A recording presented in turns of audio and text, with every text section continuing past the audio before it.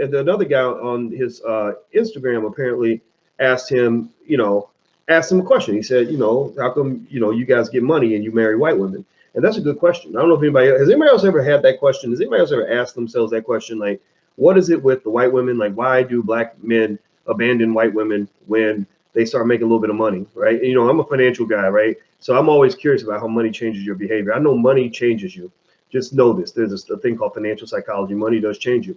So I've always wondered, and anyway, so Patrick came back and basically made a statement like, oh, so I'm supposed to marry a bulldog and then and then act like everything's okay or that I'm pro-black, even though I married a bulldog. And let me read his comment exactly. He says, so I should settle for a bulldog and act like I'm happy with my life and preach, keep it in your race to the world as if Dr. King didn't fight or die for equality, acceptance, all cultures, loving one another, and no hate.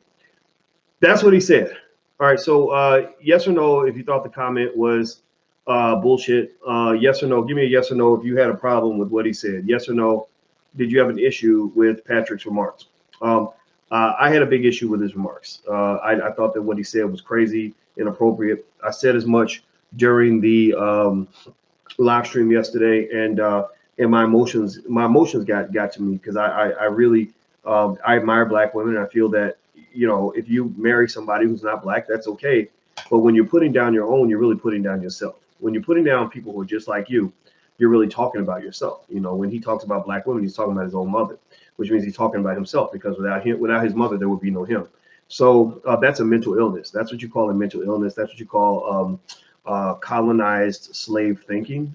That's something that was implanted in him by a white supremacist society, which he clearly submitted to, which affects a lot of our athletes. A lot of our athletes, unfortunately, because they're separated from the black community. First thing they do when they see that you got talent is they pull you away from other black people.